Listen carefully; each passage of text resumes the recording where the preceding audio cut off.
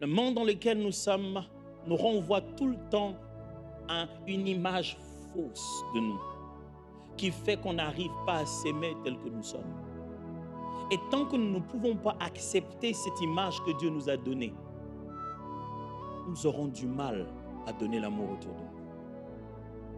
Ce n'est pas qu'il a un problème avec toi, il a un problème avec lui-même. Moi, je suis conscient que normalement, je ne suis pas beau tous les jours. Normalement, c'est 3 fois par semaine. Mais ma femme est convaincue que je suis beau tous les jours. Moi, je sais que je peux être beau le lundi, c'est pour le travail. À partir de mercredi, j'ai tournage et vendredi, c'est pour clôturer la journée. Mais ma femme, chaque matin, me dit que je suis beau. Bon, voilà.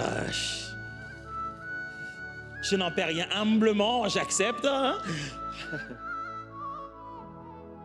Mais ce que vous valez n'est pas seulement les compliments physiques.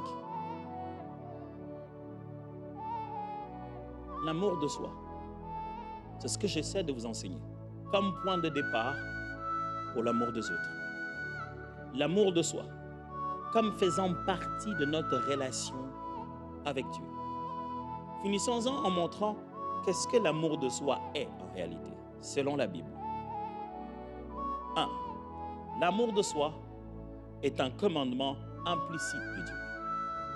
L'amour de soi est un commandement implicite de Dieu. Ça signifie que Dieu l'a donné comme un commandement. Il l'a donné dans un commandement. Je venais de vous lire le premier texte où Jésus dit ceci, qu'il y avait 2 commandements. Aimer Dieu de tout son cœur, de toute son âme. Et le deuxième, c'était aimer son prochain comme soi-même. Le but, l'action, c'est aimer son prochain. C'est ça le commandement explicite. Mais le commandement caché derrière, c'est commence d'abord par t'aimer toi-même. Et tu te serviras de cela comme un repère naturel pour aimer l'autre. Dieu ordonne que tu t'aimes. C'est ça ce que ça signifie. Ne pas s'aimer, c'est pécher. Non, comment tu n'aimes pas l'autre? C'est l'image de Dieu, tu pêches. Et toi, tu es l'image de qui?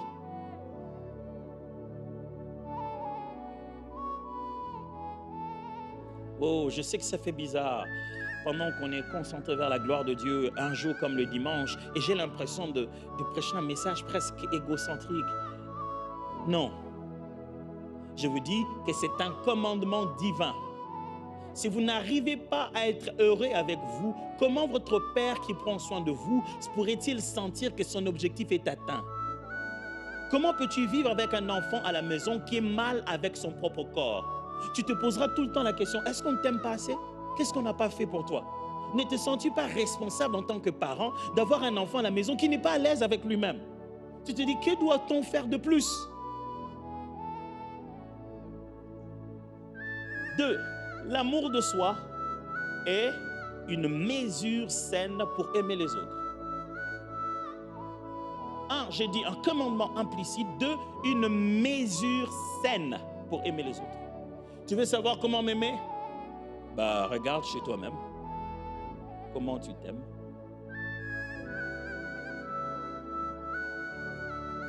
Comme vous vous aimez vous-même. 3, l'amour de soi n'est pas de l'orgueil ou du narcissisme. L'amour de soi n'est pas de l'orgueil ou du narcissisme. Si vous prenez soin de vous-même, vous n'êtes pas orgueilleux. Je sais que vous prenez soin de vous-même quand vous entrez dans une boutique d'habillement et je vois dans quel coin vous allez. J'ai dit, pourquoi il va s'habiller tout le jour comme s'il est en deuil? C'est-à-dire, dans ta garde-robe, tu n'as que des habits de deuil. Tu ne t'habilles pas, tu te protèges. En fait, ta garde-robe, c'est la caverne de Iron Man. Tu n'as que du métal. Je ne te demande pas d'être sapé comme jamais, comme moi, tout ça, c'est culturel, je suis né avec, j'ai trouvé ça comme ça, tout mon peuple fait ça. Mais je te demande de choisir pour toi, pas pour nous. Ne choisis pas pour les autres, choisis pour toi. Quand tu le mets, sens-toi beau, sens-toi bien. Dieu veut que tu te sentes bien et beau comme ça. Ce n'est pas un sentiment, ce n'est pas un mauvais sentiment. Quand tu te lèves comme ça, c'est comme le psalmiste qui regarde et dit « Wow, Dieu, je te rends grâce, franchement.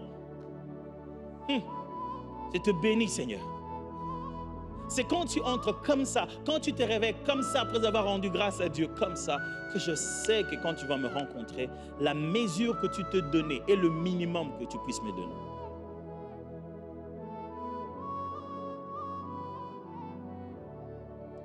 C'est très difficile de trouver quelqu'un qui est dur avec lui-même sans être dur avec les autres. Dès qu'il est dur avec lui-même, il est dur avec vous sans même se rendre compte. Des fois, il dit, mais c'est pas difficile. C'est pas difficile. C'est parce que toi, tu ne fais que faire ça tout le temps. C'est pourquoi tu appelles ça pas difficile. On aura toujours ce réflexe de traiter les autres comme on se traite soi-même. Ah, mais moi-même, je ne me mets pas là-bas à aller acheter. Je ne vais pas au restaurant chaque semaine. Hein. Je ne vais pas lui donner 10 pièces comme ça, 10 dollars pour rien, comme ça, juste parce qu'il me les demande. Attends, moi-même, je me prive beaucoup.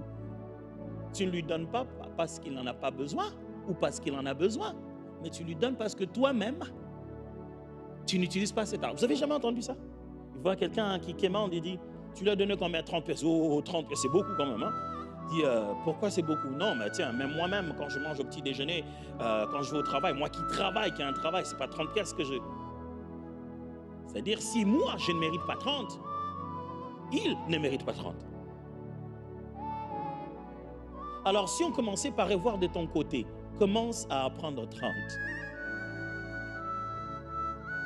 Il y a une expression chez nous qui dit, je ne sais pas comment le dire en bon français, mais en Lingala, ça dit, ça signifie ceci. C'est lui qui a travaillé pour son argent, a juste consommé son argent. Ça, c'est le jour où quelqu'un va s'acheter quelque chose de bien pour lui-même. Il n'a pas d'explication pour ça. Il rentre à la maison, il dit « Wow, c'est beau tes chaussures, elle est vraiment belle. » Il dit « Ouais, c'est lui qui a travaillé pour son argent, a consommé son argent. » Pourquoi faites-vous autant d'efforts dans la vie? Dieu vous bénit pour vous montrer qu'il vous aime. Et vous n'usez pas de cela pour vous. Vous croyez que vous allez user de ça pour moi? Jamais. Les gestes d'amour que Dieu vous manifeste, vous n'arrivez pas à en jouir. Vous pensez que vous allez me les passer? Impossible. Dieu veut vous voir heureux, vous. Comment vous allez évangéliser le bonheur que vous n'avez pas vécu? Pourquoi voudrez-vous que les gens pensent que Jésus est bon? Parce que quand ils vous regardent vous-même, c'est bizarre. Ah oui, je me rappelle une fois, des amis sont venus et m'ont dit, ben, goûte un peu, on hésite, toi qui parles anglais, regarde un peu c'est quoi le truc. J'ai vu qu'il n'y en avait pas beaucoup, bon, je me suis dit, attends, je vais goûter pour vous.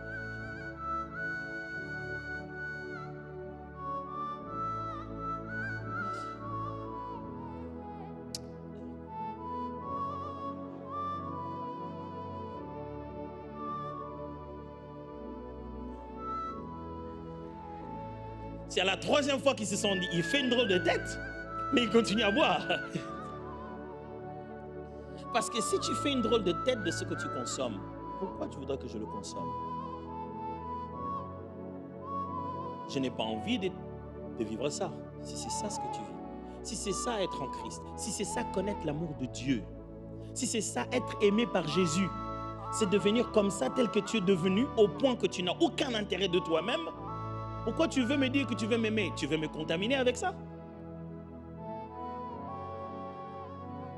L'amour de soi est 4. L'amour de soi passe par l'hygiène et la bonne santé. Dites Amen. C'était le seul moyen de faire passer cette partie-là. Alors, mes amis, avant que les maladies deviennent maladies, ils sont d'abord microbes. Avant qu'on est à l'hôpital, vous savez, ce n'est pas à l'hôpital que les médecins amenaient la maladie, c'est nous qui l'avons amenée de chez nous, de la maison. Craindre Dieu, c'est veiller sur ta propre propreté.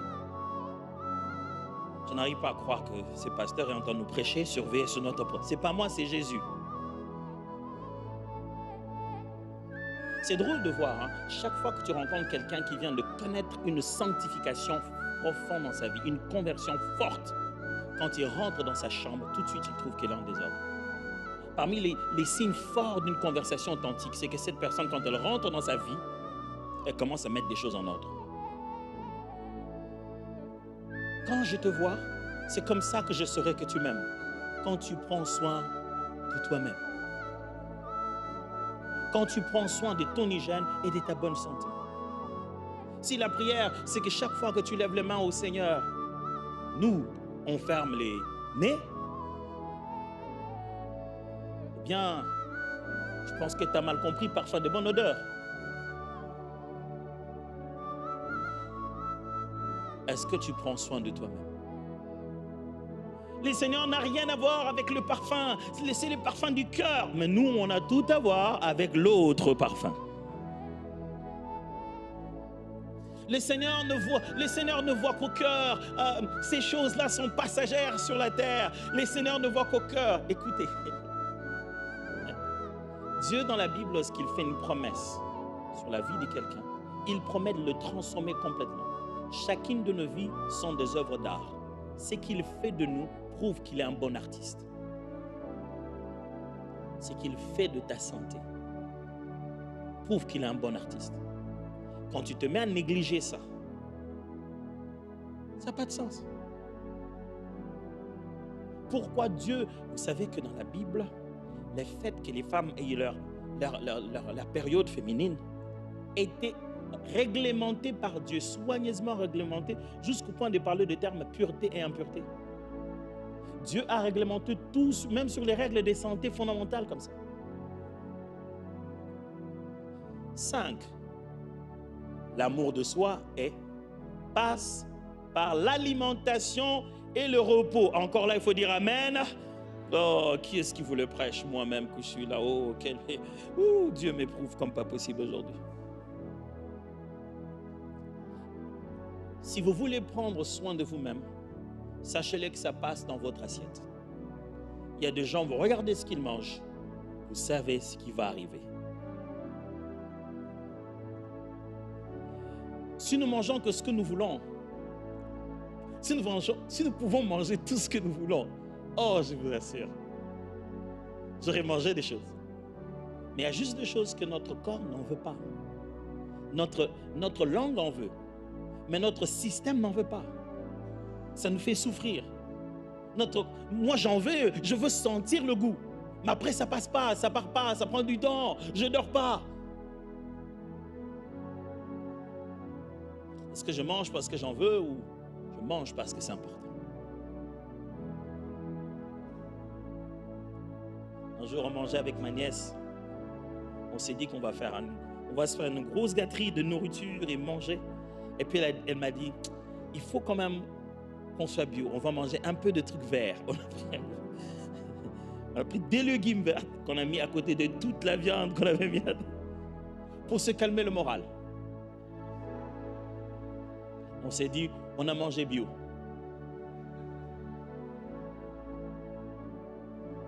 Tu ne peux pas vivre de fast-food. Non, ce n'est pas normal.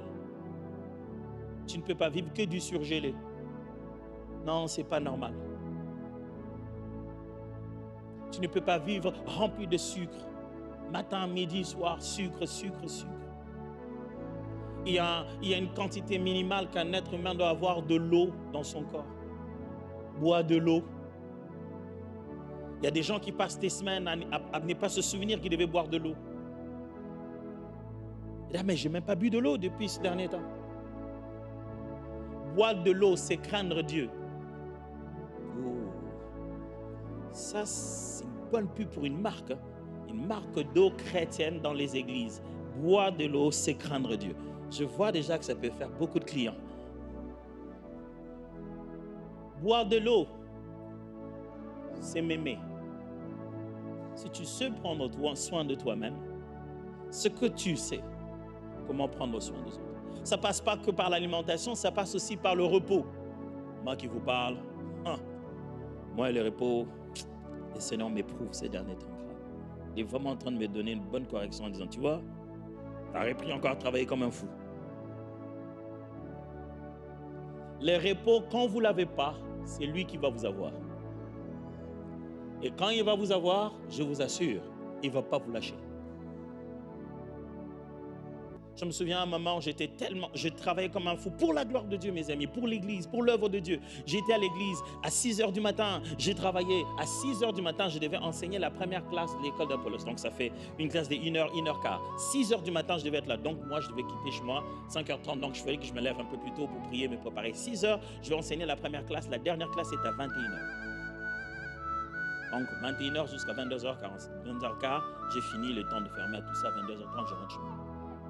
Ça, c'est une journée typique de l'école d'Apollos. J'ai travaillé comme un fou. J'ai travaillé tellement que j'ai commencé à transpirer pour rien. Pas comme maintenant. Là, c'est pas pour rien. Là, c'est parce que l'été arrive.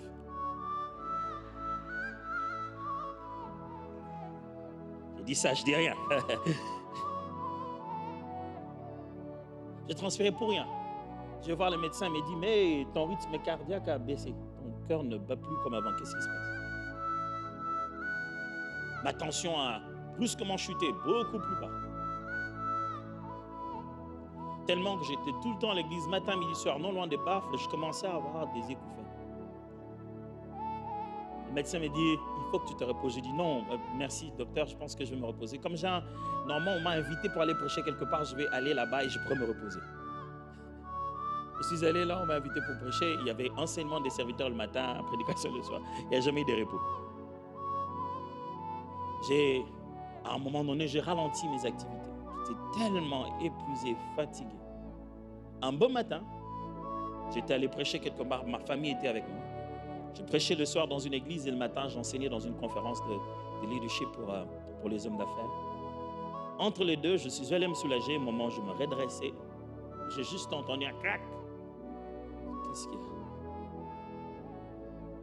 Depuis ce jour-là, je commençais à avoir mal à toucher le point de mes chaussures comme ça. Quelque chose tendait très fort, ça faisait mal. Je suis allé ce matin-là pour donner la formation. Je donnais la formation, mais je sentais que j'ai l'air à demander une chaise. Ils m'ont donné une chaise, j'ai continué la formation comme ça et les restes du séminaire, je l'ai continué comme ça en prêchant assis. Je me suis dit, quel combat! Le diable m'attaque. Ça veut dire des fois où le diable dit, ah, moi!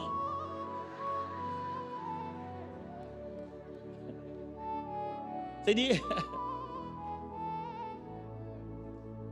j'ai passé de longs mois, ma femme qui est ici pour témoigner.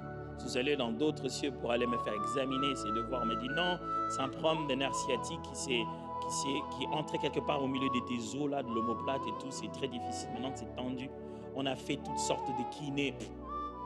Jamais. Ça ne passait pas. Je sentais comme une pression sur moi. Un jour, pendant que je priais, tout ça, j'ai dit, Seigneur, je ne peux pas vivre comme ça. Tu es un Dieu tout-puissant. J'étais en train de prier Dieu. Dieu me disait, demande-moi ce que tu veux pour que j'élargisse l'assemblée. J'ai dit, Dieu, on ne commence pas comme ça quand même. J'ai juste mal au dos. Tu ne veux pas faire ça et je vais te demander un bâtiment qui coûte 2 millions de dollars. Il m'a dit, quel mal au dos? J'ai dit, ouais, le mal de dos là, ça fait près d'une année et demie que je n'ai pas. Il dit, quel mal de dos que tu as? J'ai dit, j'ai mal au dos. Il dit, tu es sûr? J'ai dit, oui, essaye. J'ai fait ça. Jusqu'à aujourd'hui, je n'ai plus jamais mal au dos. Je me dis, mais j'avais mal au dos. Il dit, non, tu n'avais pas mal au dos. Tu ne voulais pas te reposer.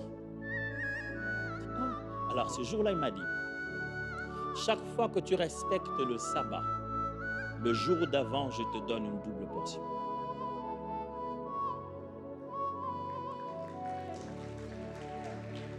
J'ai dit, Seigneur, ça signifie quoi? Il m'a dit, si tu t'arrêtes de travailler, je vais multiplier ton travail. Oh, mais Seigneur, c'est pas l'inverse là. Si plus je bosse, plus j'ai de rester. Il dit, à un moment, au bout d'un cycle de 7, arrête. Le jour où j'ai dit, ok, j'arrête. Aujourd'hui, je vais aller. Premier test que j'ai fait à l'église, je vais passer 40 jours, je vais fermer mon téléphone, personne ne pourra m'avoir, ainsi de suite. Pendant 40 jours, personne n'est mort. Et écoutez-moi, ça, je dois beaucoup le dire aux femmes. On vous donne l'impression que quand vous n'êtes pas là, la cuisine est en désordre, les enfants ne sont pas bien habillés. Mais si vous partez, personne ne va mourir. Prenez un temps avec vous-même, les dames.